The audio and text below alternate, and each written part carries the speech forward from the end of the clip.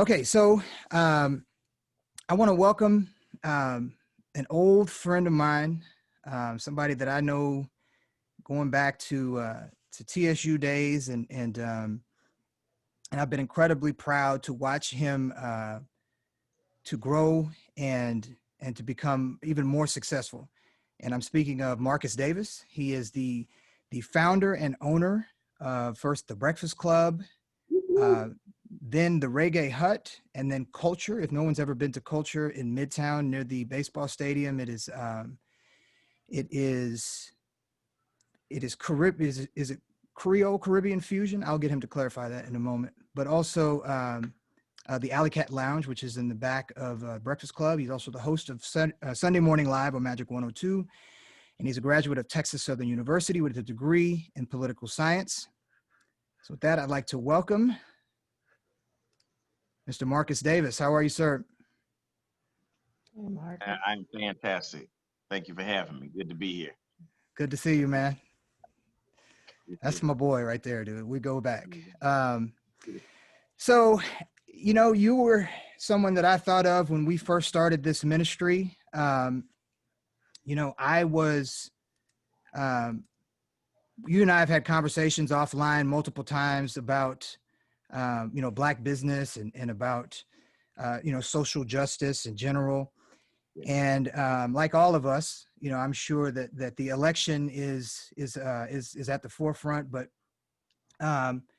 first of all, how are you and how have you been navigating this COVID-19 terrain as a Black business owner? I'm doing well. I've been navigating it like a sailor guiding a ship through the treacherous waters. And I am fortunate and grateful to have a great team that's been supportive and been all in, all hands on deck.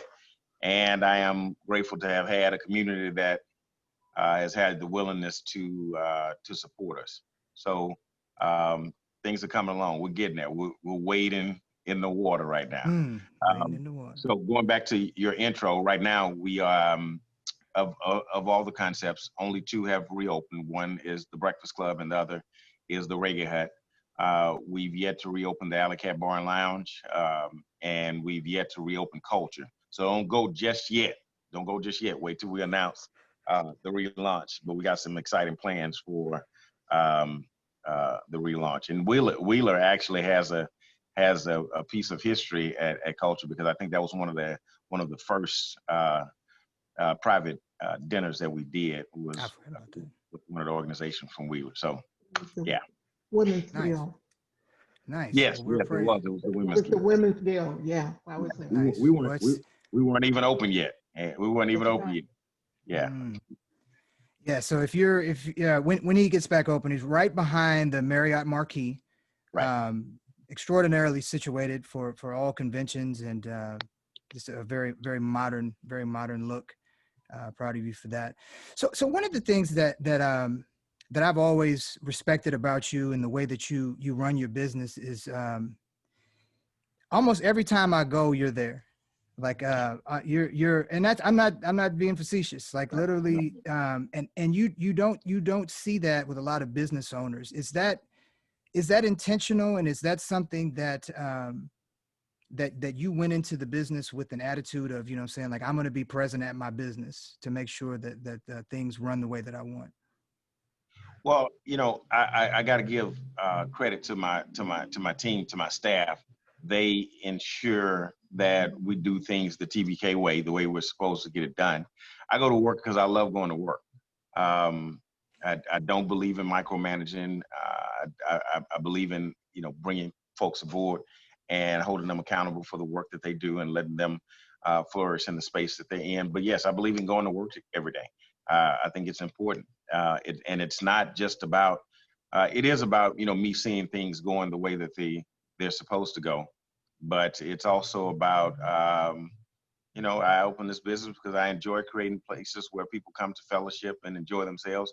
And I enjoy being a part of that. I enjoy seeing that. I enjoy engaging, interacting, with guests. And I'll tell you something that I learned years ago. This was actually the very first time I bought a piece of property. I bought my first home. It was a little townhome in the Med Center. And on the application, it asked what was the owner occupancy rate of the complex, because they were condos. And I asked the banker, why do they ask that? And he said, because there's a high evaluation for the property when the owner is on property. And I was like, Mm, wow, that makes good sense. And so it's mm, just been, a motto of mine, is to be present. nice. So you have become um, the Breakfast Club and that block, has become a cultural epicenter. Some may say that the soul of the city when it comes to not just the Breakfast Club and good food, but just from a community standpoint, it's a place where people gather um, and I don't know whether this was intentional or inadvertent, but it became kind of a hub during the Obama election, during the 2000, in the '08 election, and then his reelection. You became a center and a place where people met and talked politics and things of that nature. Talk about that and how that kind of came to be, and how you. I know that's always been in your heart, social justice and politics, but was that intentional or did it just happen organically? I would like to think, or say it was intentionally organic, right? And Hmm. so, as you mentioned, when I was at Tech Southern, my major was political science, so I've always been interested, intrigued, engaged, involved in politics. I got my degree from TSU, did my internship at State Representative Garnet Coleman's office right there in the John B. Coleman building on Alameda. My mentor for a number of years was Sister Da, or Ada Edwards, who was community activist turned city councilwoman. And so that just kind of continued to groom me and grow me in the direction of being that space. Um, the Obama campaign was interesting. So I believe in being politically engaged and involved as a business owner. I believe as an entrepreneur, you have a responsibility and obligation to the community, and that includes the socioeconomic condition of your community, which of course includes politics. As my mentor taught me, everything you do is a political statement, including the flushing of the toilet. And so because the water that goes down that commode is governed by a municipality that you pay taxes to and that you vote to have someone represent. So that's why I stay in tune and engaged in the political scene. The Obama thing was really cool because I had become fascinated with Senator Obama when I first heard of him and started looking him up and doing a little research on him before he had made his announcement, and sat on the edge of my seat waiting for him to give a speech at the first Democratic Hmm. convention, and made up in my mind at that point in time that if and when he does run, that was someone I wanted to support. So when the campaign got started, I had already committed to being a supporter, and I knew it was coming to Houston, so I started putting some fillers out because I wanted to be a part of the campaign. And so I offered up my office, my building across the street, to be the campaign headquarters for the city of Houston. And after phone call after phone call, finally they called me back and said we'll take the space. And within 3 or 4 hours, I had about 8 or 9 millennials sitting on my sidewalk with computers open, ready to get to work before we had even given them the key. So, and at that time we were doing this economic incubator where we had these entrepreneurs trying out their concept, their business in that space. So it was just a lot of energy, a lot of synergy around growing community, around politics, around, what the community needs, what the community wants, what the community desires and deserves. And so, that campaign coming into this office just kind of really solidified who we were and what we were trying to do in the community as a space of hope, right? So that's how it came into place. Nice. So it's a good segue into talking about this election. And I had this conversation with somebody recently. I don't think that I had as much excitement about voting as I don't think I had the excitement that I had in going to vote for a black man, right? I don't think that either one of us in our lifetimes thought we would see that. But I don't know that I wanted to vote as badly as I did this year. I don't know if I was as driven to vote. Um, what is your read on just how amazing the turnout was the first couple of days in Harris County, and what does that say to you about this election and where we're heading with it? It says a lot, and it says a lot on both sides of the pendulum, right? It says a lot about the importance of this election that people feel, think, perceive, believe. But it also says a lot to the condition of our nation. We live in a nation that is supposed to be the torch bearer of democracy. And unfortunately, year after year after year after year, we continue to have, a handful of people select those that will lead our nation. A country of 381 million people. I remember the first time I saw a stat that showed more people watched American Idol on one particular night than voted in the election on that particular day. And so to see the number of people that are engaged civically now is exciting. But it's also kind of saddening to see that it takes this type of tumult, this type of crisis, in order to get people to stand up and step out to practice their vital role, their most powerful role, which is the role of the private citizen. And so it has its duality. And so, I think that I feel there's a big gap between an understanding of civics in this country between, those like yourself or people that have been, political science majors or have had an interest in it. Your brother has been a local elected official. Um, can you speak to the value of down ballot, local elections, and everyone that's on this Zoom is doesn't need to be motivated necessarily, but this will be broadcasted later. What is how important are local elections and local offices? Well, I can just throw a few names out there to tell you how important local elections are, right? We'll start with Trayvon Martin, right? We'll move all the way to Michael Brown. Um, I bring those names up because all of those incidents where tragically young men lost their lives, um, those circumstances were all governed by the local municipalities. Whether or not an officer gets charged is governed by the local DA. We see that in Kentucky right now. Whether or not the police chief is willing to put in the necessary policies and procedures is governed by the mayor that you elect to pick a police chief. Yep. And so everything that for people of color, everything that we are burdened with, the terror of the injustice on the street is all centered around local elections. And so when we want and centered around civic engagement, I am a few miles from downtown.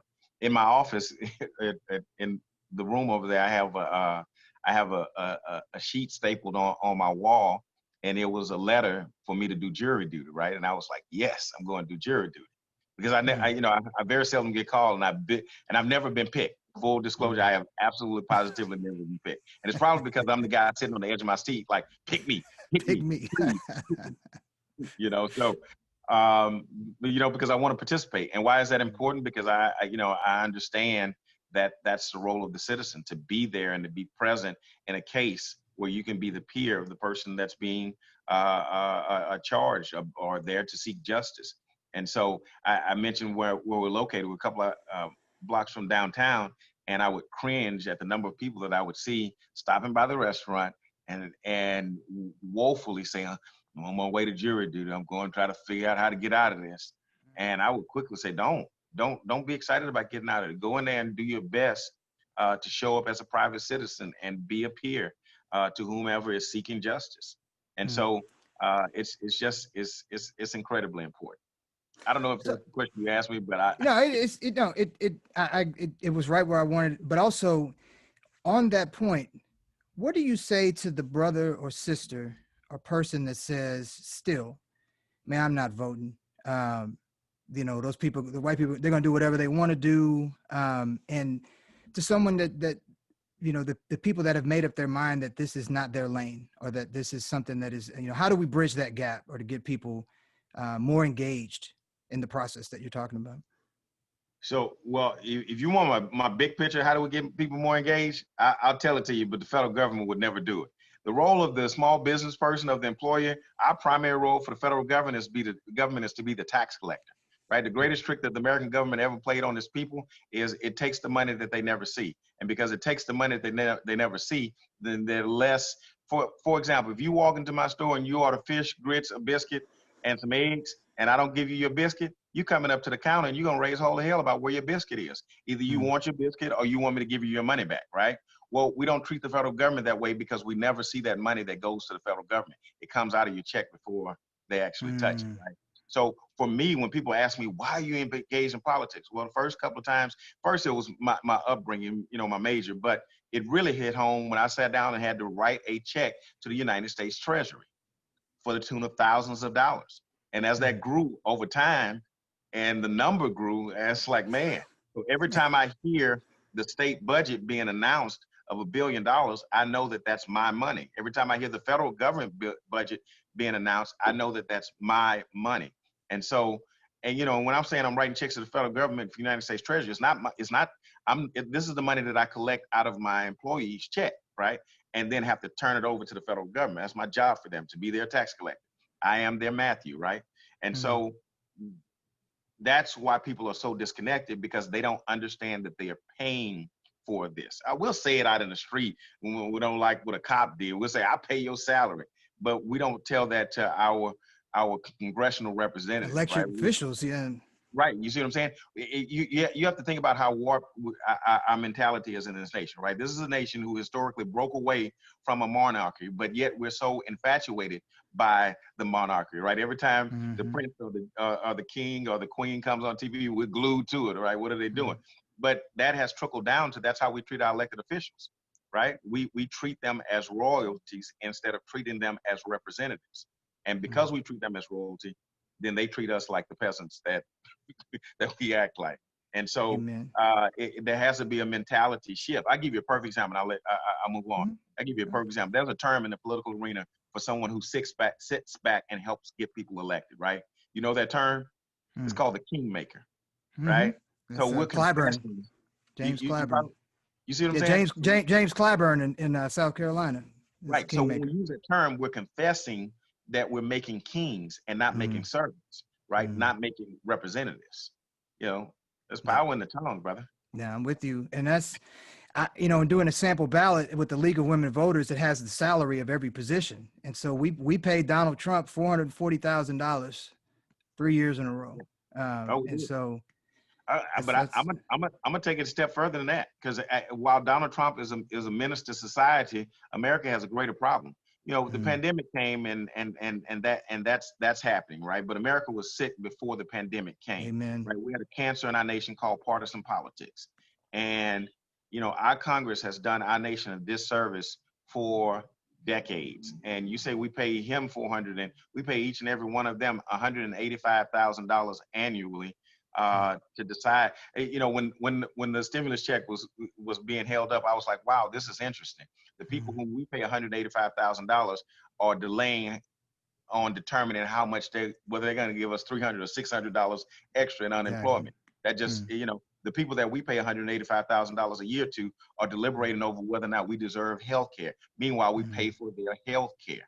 You follow what I'm saying? Yeah, everybody that makes decisions on our income and on our health, we pay for them to have a good income and good health. And the day we recognize that and start to hold those folks accountable, then that's the day we make a difference. I mean, I'm cautiously optimistic, but I think they will pay. I think that they have shown who they really are at the worst time for them politically.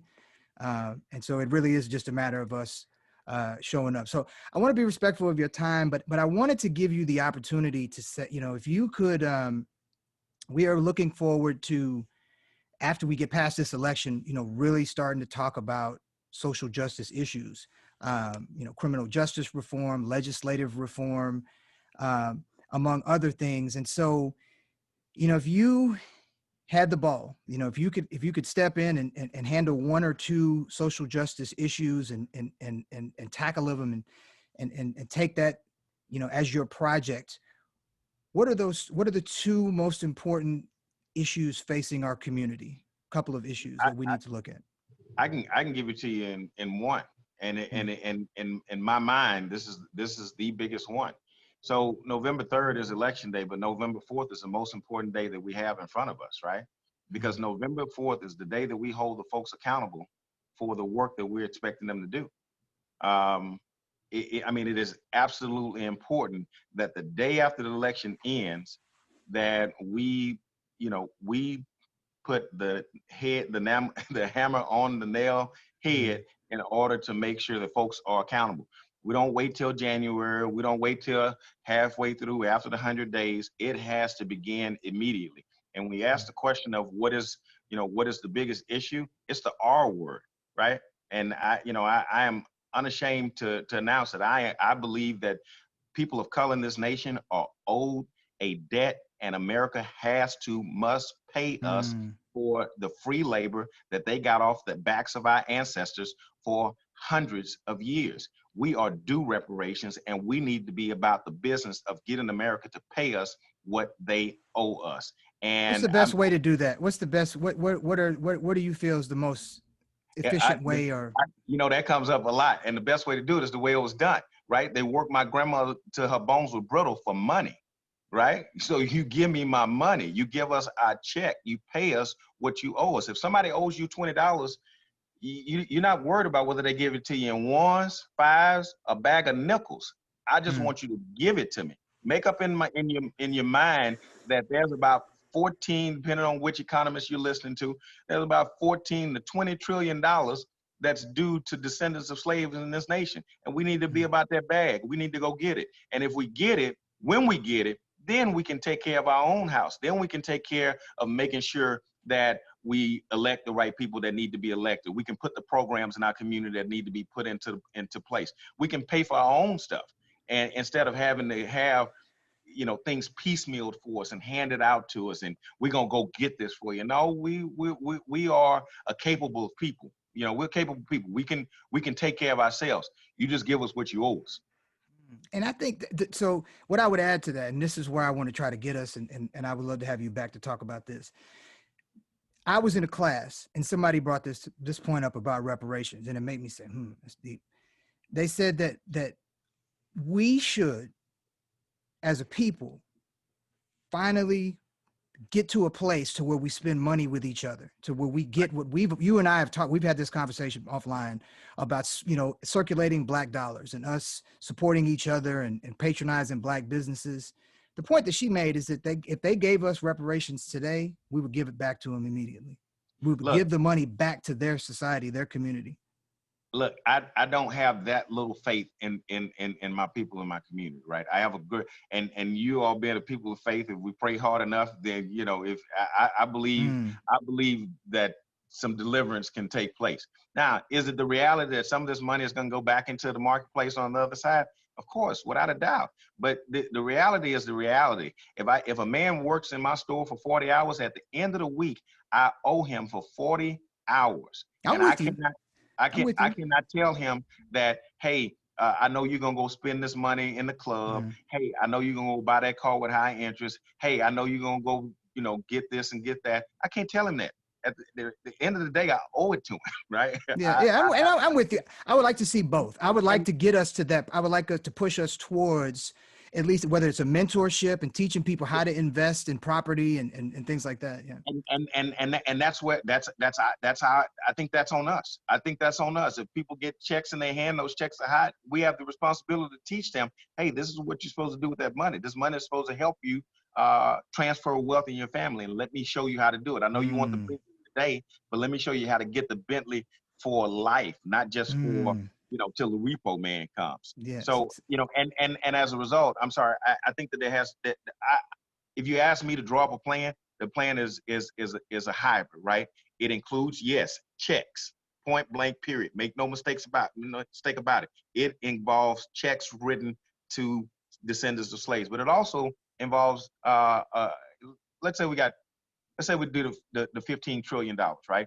You take 5 of that and you give it to all of the folks who are descendants of slaves in this nation, and then you take the other 10 and you invest it in institutions. We got 3 places that I believe that money can go. One, we give it to the institution that has been deprived for so long, that has done our community a disservice, which is banking, right? Mm, We give Black banks the capacity to lend money, right? 2, we give it to the institution of education. We allocate $5 trillion to to all the HBCUs proportionally. You got 10,000 students, you get this. You got 5,000 students, you get this.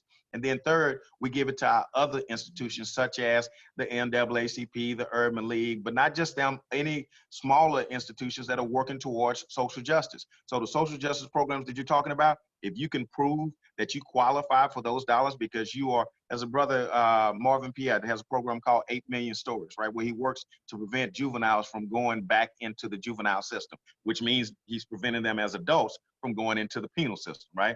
That's a qualifier. And we find programs like that that can apply for these funds. Next thing you know, we don't need you no more. We got our hand out your pocket. You paid us what you owe us.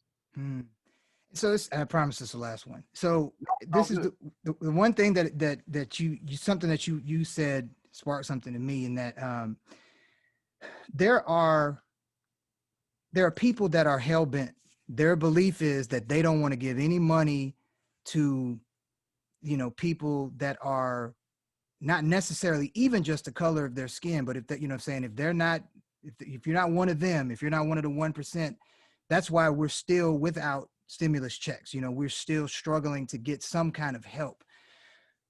When you look at entrepreneurs, and people that have taken it on themselves and said, you know what, I'm going to take my money and start some kind of civic program, like Bill Gates is taking it upon himself to try to do Right. testing in some of the Caribbean nations and things of that nature. Do you see a role for people like yourself, who are community leaders, successful leaders? Would you be open to, or do you see the efficacy of, starting your own type of program, that could, and I know you do, I know you help entrepreneurs and things of that nature, but assuming some of the roles that the government should be doing when they're not doing it, whether that's testing, whether that, COVID testing, whether that's stepping in to help in, with education. Do you see a way to form a collective with people like yourselves? Oh, without a doubt, and this goes to my point. I did an interview with the Biden Harris camp, and they asked me, what is it that the federal government can do for a small business, particularly in Black neighborhoods?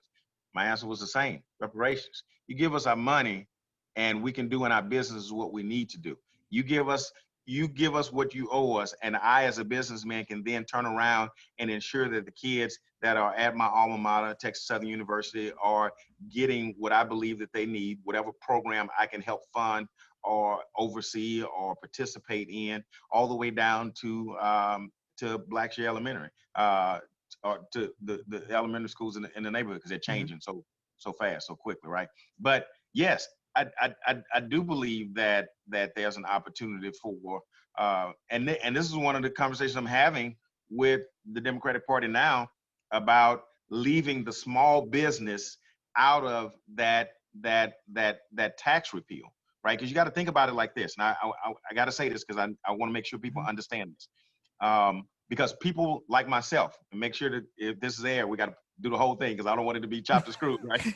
Yeah, I won't cut you up. I'll put you Yeah, where you need. small businesses like myself, if I were only voting without conscious, right, then I would have to go to the opposition, I know what you're right? talking about. Yeah. I hear you. Because those tax cuts are incredibly important. They're incredibly important. Now, tax cut is a dirty word because when we hear, we think about the Jeff Bezos of the world, the Amazons of the world, the Donald Trump's only paying $750. We think about, the big companies. But what we miss is that the small business that is $1 million business that does 10% profit of $100,000. Prior to this tax break, we had to pay $40,000 on that $100,000 profit. Now we only pay $20,000 on that $100,000 profit, Hmm. right? So the Democratic Party has to begin to see small business as part of the middle of America, the middle income. You understand what I'm saying? Not just Yeah, I that do. personal income, But and I but think you that can do that. business. I think you could tax that. Yeah, I think you can. You can set a high ceiling of where you start that. That the people, the top 20 billionaires have become Right. wealthier during the pandemic, significantly wealthier. I That's think crazy, man. Elon Musk from Tesla, I think he gained $60 billion since the pandemic started. So I think that's an excellent point. And my thought is, we need brothers like yourself. We need articulation. We need people to be able to explain these things, not just to our people, but to their people. Because right now, I think there's a big communication gap that people are shutting each other out. But it's difficult to ignore when you're making as much sense as you're making, brother. So, Well, I mean, so I, it's just real, and to finish that scenario out, if that's $20,000 a year, that'll probably stay in place 4 to 6 years. Yeah, that's $100,000, right? So we have to make sure that the Democratic Party understands how to fight for Main Street businesses and not lump them in with Wall Street businesses, and that's a good. that benefits the African American community because we don't run Wall Street business. We only run, Main Street business. So, Right. Okay, so during your open, how are your hours now? Are you doing dine in and takeout combined? Like if somebody that's watching wants to hit up the Breakfast Club or to order food, are you still operational that way? yeah, the thing about the pandemic is that it forces you to be an entrepreneur, right? And Mm, Ray, people like you and I, we're gonna figure it out, right? We're gonna look around every nook and cranny and see, okay, where's that opening in this? And our online ordering has just taken off tremendously during this time. So yeah, you can come in and dine if you want. Um, I think we're still at about 50% in our dining room. But if you want to order online, thebreakfastclub.com, bam, it'll give you a time that you're supposed to come pick up.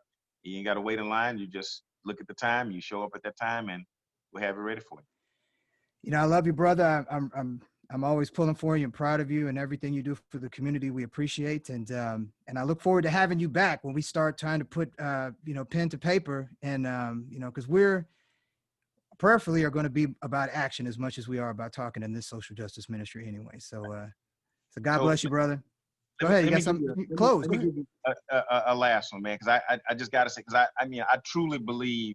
I was saying that the Democratic Party is my choice right now because I believe the Biden-Harris ticket is my choice right now because I believe there's an opportunity for African Americans. I believe if African Americans put Vice President Biden into office and Senator Harris as Vice President, as well as the House and the Senate, then we should demand nothing less than reparations, and we should get it delivered to us by October 2022. That's just before the midterm, and we have to begin to use the leverage that we have.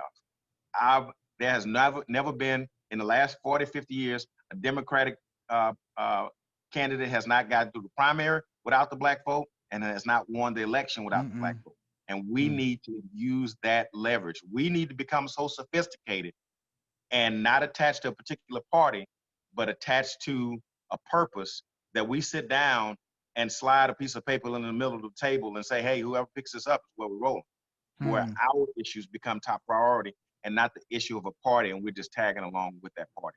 So Yes. election day is important, but the day after election day, holding folks accountable, that's where the rubber meets the road. And we got to be willing to fight fiercely for what we deserve. I had a young lady say to me, she said, well, you know, they're not going to give that to us. And my question to her was, where's your faith and who is your God? Because last thing I checked, the people that got me to this point, they believed in the power that broke them through shackles and broke them through Jim Crow. So it's a test of faith. We're going to end it right there. That's exactly where we're going to end it, man. God bless you, brother. Thank you for taking your time today and blessing us. So we'll continue to patronize you and keep being the voice that you are in this city, man. Thanks for the opportunity, man. Good talking to you. God bless you, Are we brother. gonna talk about the days of rolling in the drop top Beamer around campus, or are we gonna skip over? No, we can talk about it offline, man. But I haven't always been saved. But as I'm working on this, I'm working on a sermon. God can take the broken ones, and you talk about a testimony. So, so God bless you, man. I'm gonna come sit in the front pew. It might burn up, but I'm gonna sit there.